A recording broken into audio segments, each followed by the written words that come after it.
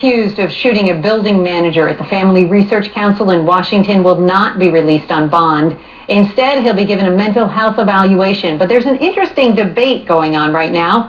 Who is to blame for Wednesday's shooting? Here's what the head of the Family Research Council, Tony Perkins, said. Perkins was given a license to shoot an unarmed man by organizations like the Southern Poverty Law Center that have been reckless in labeling organizations hate groups because they disagree with them on public policy.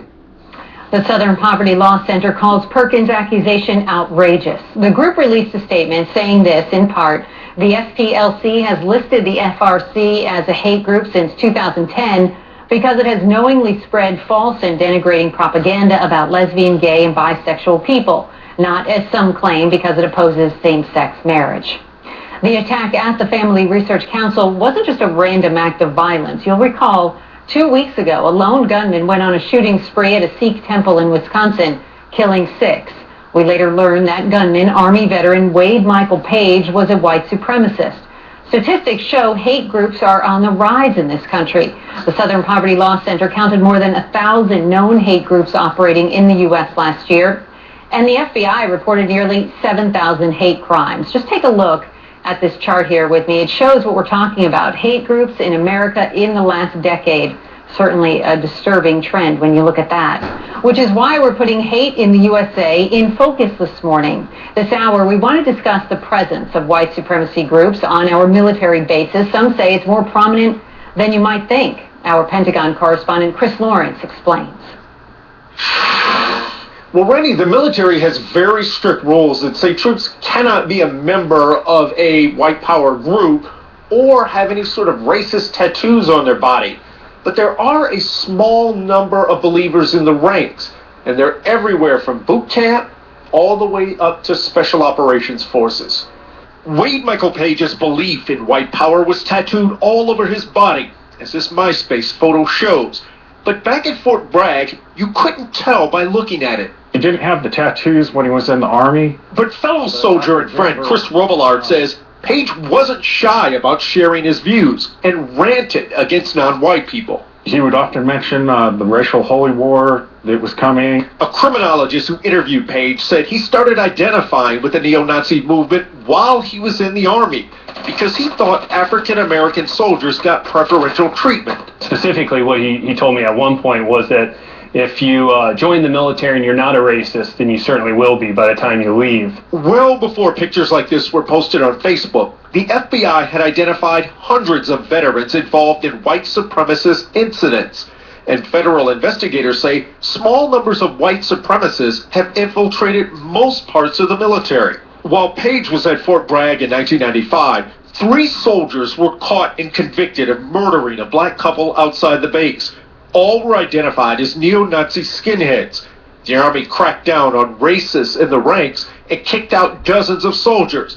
But the problem goes way beyond one base. Every major military installation, you will have at least 2 or 3 active neo-Nazi organizations actively trying to recruit on-duty personnel. TJ Layden would know. He's a former Marine and skinhead who says some military units ignore overt racism. I used to hang a swastika flag in my wall locker, and everybody in my unit, all the way up to my commander, knew it. The only time they ever asked me to take it down was when the commanding general would come through, just so they wouldn't get in trouble. Now, that's not to say that that is the case across the board. Even Layden told us that in his brother's unit, his brother's commander took an extremely hard line on white power and any sort of racist propaganda, and he would crack down on it almost immediately. So the military has some very strict rules in this regard, but sometimes it comes down to how much the individual commander is going to enforce them. Randy? Chris Lawrence, thank you for that report. And as Chris mentioned, the Pentagon does have a zero-tolerance policy for any racist hate groups or members. But as you saw there, that doesn't mean individuals aren't slipping in. So should the military be doing more to prevent this? Joining me now, CNN contributor and retired General James Spider Marks. Thanks for being here. General, so an Army spokesman admitted to CNN that there are concerns about extremists in the ranks, but he added this, quote, however, the numbers indicate it is an extremely small percentage of soldiers associated with felony-level criminal misconduct linked to gang or hate group type crimes. Felony level or not, how widespread is the white power movement within the military as a whole? I mean, do we even know? Randy, this is truly aberrant behavior. It is outside the norms that the military accepts. And can individuals hold these ideas? Can they try to practice and according to what their bizarre or distorted view of the world is? Yeah, they sure can. But it goes back to one very fundamental point, and that is, what do leaders do about it when they observe, and can they observe this behavior?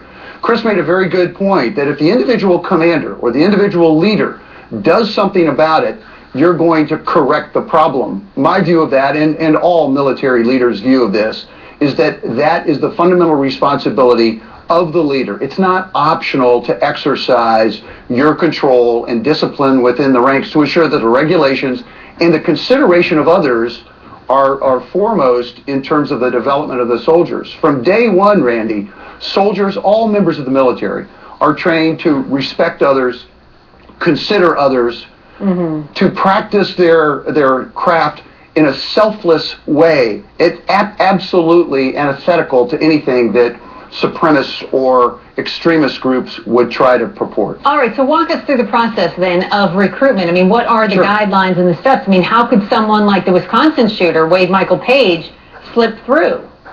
Well, we'll keep it in context as well. He joined the military in the early 90s. The access to information, the ability to Google, to get online and to have an immediate portrayal of data, a retrieval of information about an individual, was very difficult to do and had to be done in a rather gumshoe kind of a way. Very analog, but it still could be done, and it was done. And you have, at a minimal step, is a national agency check. And what that means is they check with the FBI to see if there is any type of indicator or there's been some problem in his past. And also you have the IRS to see if this guy is above board and is doing what he needs to do as a citizen. Then, and when the individual walks into the recruiting station, I mean, this is where this is the point of sale. This is where the interaction occurs. And if the guy has tattoos, you get an opportunity to review those, to look at those tattoos, and you bring an expert in to see what those mean. I mean, I might look at a tattoo and have no clue what it says. Right. I bring an expert in and say, yeah, body art, this is a bad thing that you're looking for. Certainly be telling. We heard in Chris Lawrence's report that it's not unheard of for some soldiers or Marines to hang these swastika flags on their wall lockers, or even in the barracks. That it's up to the individual commanders to monitor. But I guess the question is, General, why isn't there some type of top-down policy outright banning this type of behavior? It is banned. What you heard, that was totally aberrant behavior. The fact that Marine said that everybody in his chain of command, to include his battalion commander, accepted the portrayal or the hanging of that Nazi swastika flag in his locker is totally unacceptable. And I'd even challenge that young man to say, is that a real, truthful representation of what occurred?